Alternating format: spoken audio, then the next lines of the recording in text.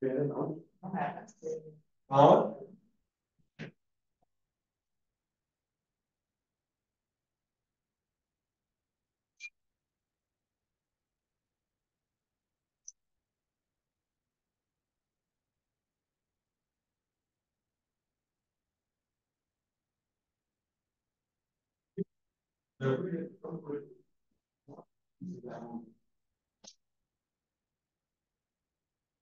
Bonjour. Ça va bien?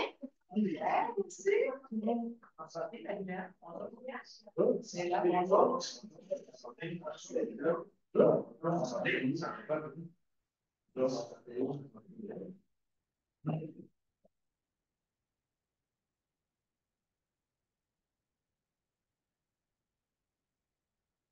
Donc, bonjour les médecins. Quelques petites consignes. La durée de la présentation doit se situer entre 13 et 15 minutes. Un point sera déduit par tranche de 30 secondes manquantes ou supplémentaires. Tous les membres de l'équipe doivent parler pendant la présentation, sans quoi une pénalité de 5 points sera retranchée à la note. Tout au long de la présentation, je présenterai des cartons dans les heures afin de montrer le temps restant. Donc, il y aura un carton pour les 10 minutes, 5 minutes, 1 minute et 30 secondes. Je ferai aussi un décompte à l'aide de mes mains pour les 10 dernières secondes de la présentation. S'ensuivra une période de questions des juges d'une durée maximale de 5 minutes. Vous êtes évalué dès le début jusqu'au dernier moment passé avec les juges dans la salle de présentation. Alors, je vais maintenant laisser les juges se présenter. Ensuite, vous pouvez commencer. Veuillez noter que la présentation commencera dès le premier mot de votre présentation. Bonjour, moi c'est André Poilette, je suis conseiller en stratégie d'affaires et développement de la clientèle étudiante. Bonjour, Grégoire Dufresne, directeur de développement de marché à la Caisse de l'Université Laval. Bonjour, Marie Blanchet, directrice de développement des affaires en entreprise du Jardin Laval-Laurent. On peut faire un peu de Bien sûr.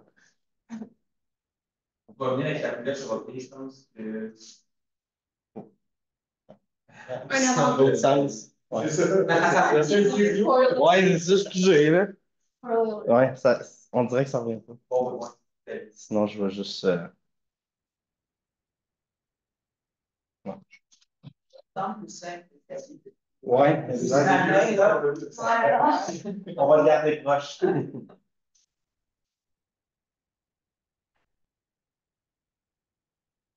Alphonse Desjardins. Alphonse Desjardins est sorti des sentiers battus pour créer et révolutionner l'industrie bancaire, autant au Canada que dans le monde, mais également à partir de Lévis, un point de Chine. Aujourd'hui, nous sommes l'agence nomade, composée de Camilla, Sheila et de moi-même, Anthony, et nous sommes ici devant vous, non pas pour sortir uniquement des sentiers battus, mais pour révolutionner une fois de plus l'industrie bancaire. Alors, nos préoccupations sont d'abord de déterminer si il est préférable de mettre en place une stratégie afin d'aller miser sur l'autonomie de vos membres. Puis, autrement, vous questionnez aussi au sujet, vous questionnez aussi au sujet de vous concentrer sur l'amélioration de votre plateforme déjà existante. Cependant, nous pensons que ces deux options ne seront pas assez, ce sera plutôt une révolution que vous devriez mettre de l'avant. En effet, le premier constat qu'on peut faire, en fait, c'est qu'il y a certaines personnes qui sont moins familières avec les nouvelles technologies, qui sont plus réticentes à adopter la révolution numérique qui est en cours présentement. On a une solution à ça. Donc, le programme Découverte. Comment est-ce qu'on fait pour promouvoir l'adoption du monde numérique dans le milieu bancaire auprès des membres qu'on a déjà ou des futurs membres, particulièrement chez ces groupes-là qui sont réticents à aller vers cette nouvelle ère? Qu'est-ce que Découverte? Donc, Découverte, c'est un programme de jardin à mettre en place. C'est un programme de masterclass. C'est un programme d'atelier interactif. Comment ça fonctionne? Ce sont des ateliers personnalisés avec un formateur spécialisé dans chacune des matières, chacun des sujets diversifiés au niveau bancaire. Pour qui? Pour tout le monde. On sait bien, les jardins atteignent un grand public, que ce soit des nouveaux arrivants, des étudiants, des personnes retraitées, à la pré-retraite ou des entreprises.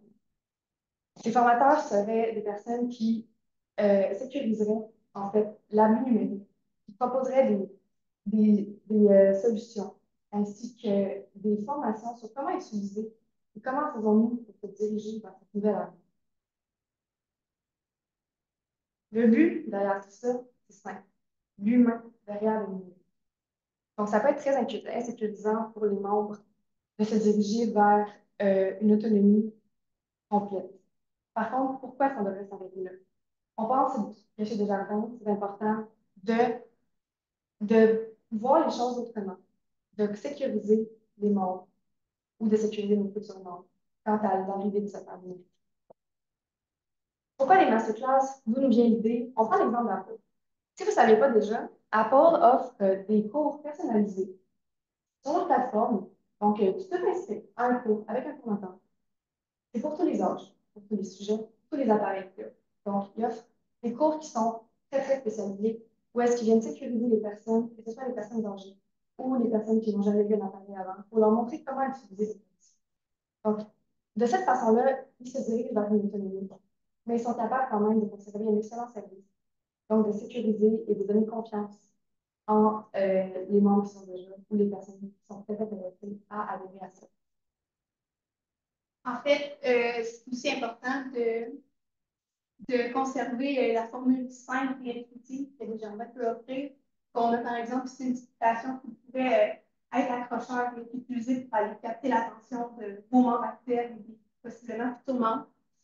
Donc, comment aller attirer ces membres-là vers la masterclass? Comment est-ce qu'ils vont apprendre la connaissance de ce nouvel outil, cette nouvelle rencontre avec Desjardins pour garder le contact humain et le côté émotionnel qui un peu réconforté. Ça va être de capitaliser sur les valeurs actuelles de Desjardins puis de promouvoir d'une belle façon le projet qu'on propose. Puis, ça va être d'utiliser des canaux très différents pour aller prendre contact avec certains de vos membres puisqu'ils sont très différents. Fait qu'on a des canaux plus traditionnels, des médias sociaux, etc. Fait que ça va être tout simplement d'aller là où vos membres sont.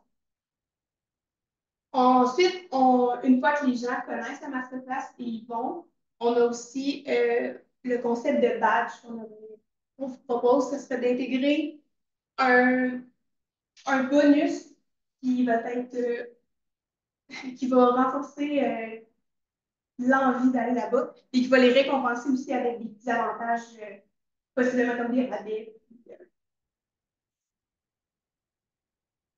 On vous a proposé des masterclass avec le programme des Le programme découverte, oui, on s'est permis d'innover, d'aller de l'avant, mais on se permet aussi de faire une pierre de coups. Pourquoi je dis faire une pierre de coups? Mais ça fait, avec la COVID, on sait, les habitudes des travailleurs chez Desjardins, des près de 56 000 membres travailleurs, ben, ils ont changé depuis la COVID-19. J'ai moi-même travaillé là-bas. Et qu'est-ce qu'on a remarqué? C'est que le télétravail est prédominant maintenant, avec à peu près là, 2 jours en présentiel par semaine. Qu'est-ce que ça amène? Les locaux sont sous-utilisés.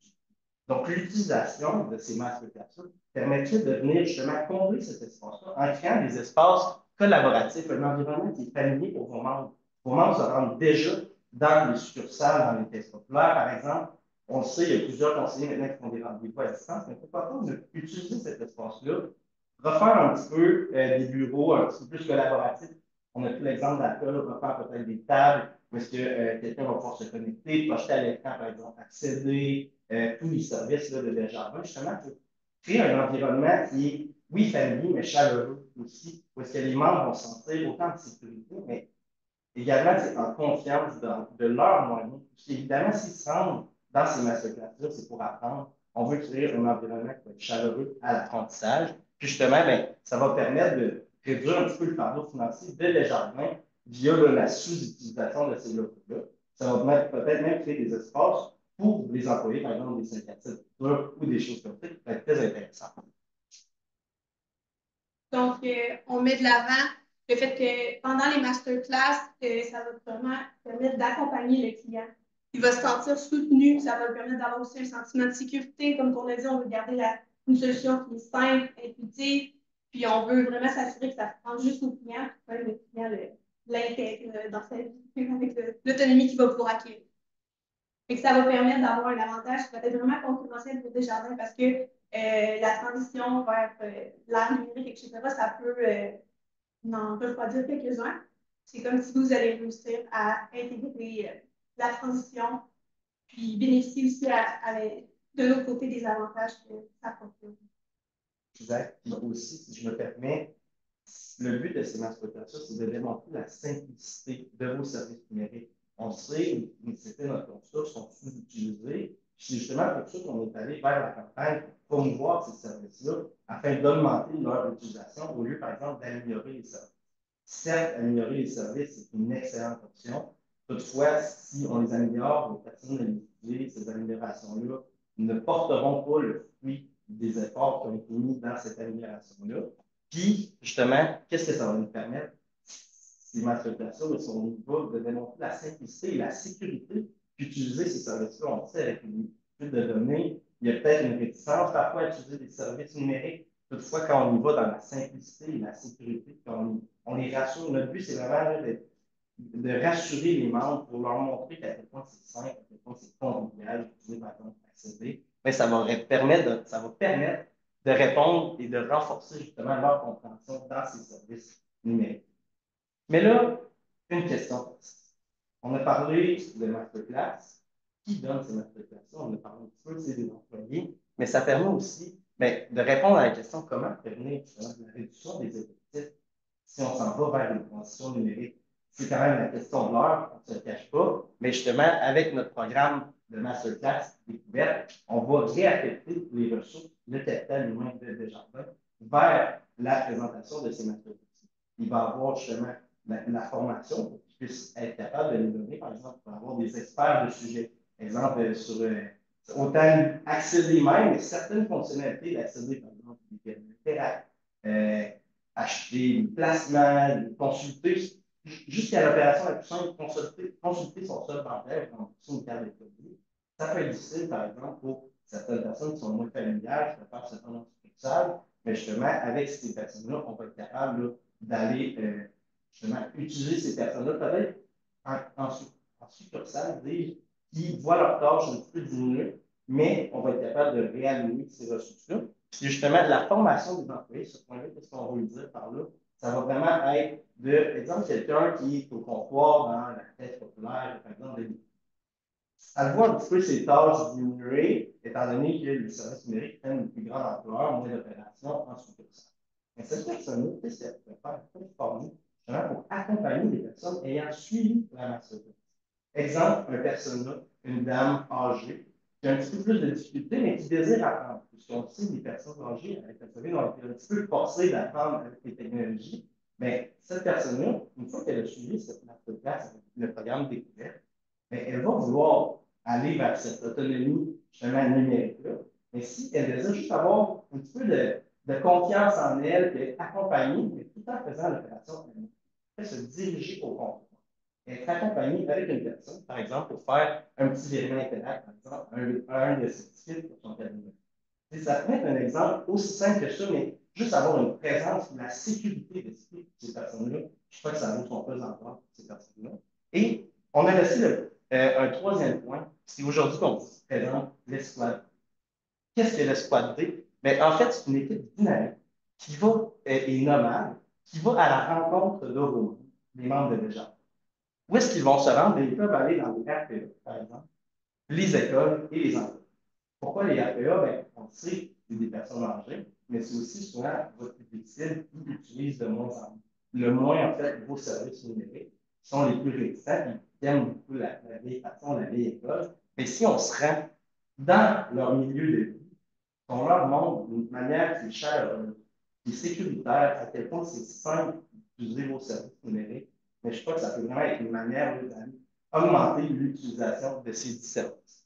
Dans les écoles, universités, cégep, les futures personnes travaillant et qui vont apporter du capital chez Desjardins, mais c'est une autre manière d'aller tout de suite augmenter dès les premières phases de la vie, jusqu'à par exemple, à penser à la pré-retraite. Mais ces personnes-là, si ils commencent à utiliser énormément d'accéder, par exemple, ça peut être très bénéfique. De même que les entreprises avec employeur B, par exemple, des choses comme ça, ces entreprises-là qui utilisent vos plateformes, pourquoi ne pas aller rencontrer les employés maintenant pour leur faire sous forme de formule, par exemple, des 5 à 7, des dîners, des conférences ou des ateliers interactifs à même l'entreprise, justement, via l'escouade B, pour promouvoir ces services-là, et leur montrer, pour ceux qui sont moins familiers, toujours sur une base volontaire, par exemple, d'instruction, comment ça peut être simple d'utiliser tous les services. Puis justement, ça va être des formations qui sont adaptées, simples, interactives, mais aussi amusantes, parce qu'on apprend toujours mieux ensemble. Donc là, on vous a présenté Découverte, Escouade. Découverte avait justement le but de découvrir nos services numériques de manière interactive. L'Escouade D avait pour but justement de se rendre là où les membres sont, pour ceux qui sont un peu plus réticents justement à l'utilisation. Aujourd'hui, on vous a présenté tout ça dans le but au final de créer notre campagne pour répondre aux questions là, qui étaient comment augmenter justement l'utilisation de ces services-là, comment accroître la confiance que vos membres ont envers vos services et comment réaliser le tout en faisant le moins de réductions d'effectifs possible. Mais nous étions évidemment l'agence Nomade. Nous sommes sortis des sentiers battus avec vous pour créer une seconde révolution, telle que M. Lefebvre l'a fait en 1900. Merci beaucoup. Merci. Moi, j'ai un grand mot à vous dire. Vous avez une très grande bienveillance et une compréhension de l'identité des gens. Ça, je vous lance des fleurs pour ça. Alors, je vous permettre de commencer. J'ai beaucoup de questions. Juste commencer dans le fond. Par contre, masterclass et tout ça, je pense qu'on n'a pas parlé, là, mais avez-vous pensé un petit peu au coût, au budget que ça pourrait prendre pour l'organisation pour faire ça? Puis, ouais. Oui, c'est sûr. Les coûts, c'est quand même difficile à évaluer, étant donné que vous offrez déjà des personnes au comptoir qui effectuent un petit peu ce même travail. Les coûts, on en a parlé, c'est un petit peu réaménagement d'espace. Certes, ça va dépendre jusqu'où Desjardins veut aller avec ces 10 masterclass. Est-ce qu'ils veulent vraiment en offrir pour chaque sujet, pour chaque aspect, par exemple, d'accéder? On le sait, il y a plusieurs onglets qu'on est capable, il y a plusieurs transactions. Est-ce qu'on va en créer une par transaction, par onglet, par type de public cible même? C'est là que ça devient relativement un petit peu plus difficile. C'est pourquoi on ne voulait pas non plus s'avancer pour lancer tout simplement dans les airs là, des données, mais on sait que ça a un coût. Toutefois, on considère vraiment que ce coût-là, certes, il peut être important, dépendamment aussi de quand est-ce que le jardin peut implanter ceci, idéalement le plus rapidement possible. C'est une problématique qui, maintenant, on peut agir dans le concret. Mais ces coûts-là, dépendamment, ça peut peut-être aller entre 1 000 et 2 000 3 000 par masterclass, le temps d'acter, le temps, parce que vous avez déjà des personnes qui sont formées pour le sujet, qui sont assis.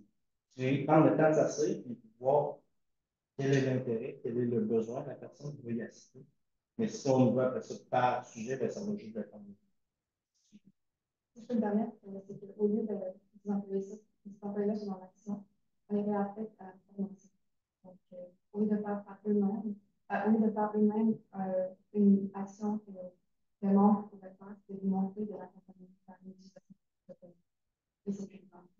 Puis aussi, pour alléger peut-être le niveau de formation, puisque c'est pas tout le monde qui a le même niveau tout le temps à l'aise avec le public. J'imagine les gens, si veulent comprendre des fois dans les arrières du comptoir, ça peut être sécurisable. Peut-être envisager aussi un aspect, si on parlait d'interactivité, ben, si par exemple, vous utilisez une formule combinée avec des capsules au travers des ateliers, mais qui a comme une portion numérique, un peu du style caout, questions, des trucs comme ça, ben, ça va venir vraiment soutenir vos gens. Puis ça va aussi peut-être alléger un peu le côté formation, c'est de comme un peu tout remettre entre les mains.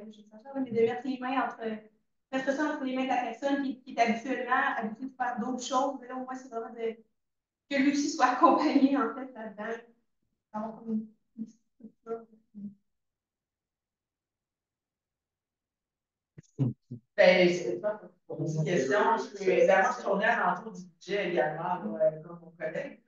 En fait, c'est des très bonnes idées. Maintenant, comment ça va coûter? Le réaménagement, c'est plus cher que Effectivement. Là, j'étais plus dans la conception, par exemple, du cours en soi. Là. c'est sûr, je prends un exemple, laquelle c'est pas proche de chez nous, c'est quand même des espèces de cultures, donc il y a certains modules qui sont facilement déplaçables. Là, c'est un petit peu de mobilier, je dirais. Ça dépend toujours de l'espace là, qui est disponible en caisse, mais je crois que c'est quand même à un coût qui est certes peut-être important si on y va à l'ensemble du territoire, par exemple, québécois, mais qui est réalisable caisse par caisse, puis on peut faire des projets pilotes justement pour voir aussi est-ce que le public est au rendez-vous. Quand vous dites l'échéancier, c'est selon notre volonté. On dit on passe telle date. Et à partir du moment qu'on le parle, penser, ça prend combien de temps? Je en place. Je pense que l'évolution des statistiques-là numériques, en fait, va être assez rapide parce que les professeurs arrivent de bon pas là, vers toutes ces heures-là. Donc, je pense que le temps d'instaurer le programme est pas à venir, ça peut vraiment implanter auprès des membres qui sont nouveaux, même déjà les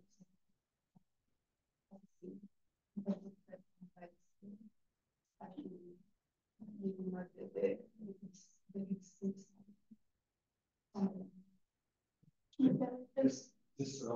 J'allais juste ajouter qu'avec la formule de plus nomade, là, ça permettrait aussi de peut-être diminuer le nombre de choses à gérer. En ce qui concerne le public cible, ça reste très restreint, puis le local, c'est pas le bon, fait que ça serait comme un peu pilote d'éviter avec ça pour voir la formule dominante adoptée. Merci, Alexandre. Merci. Merci, hein?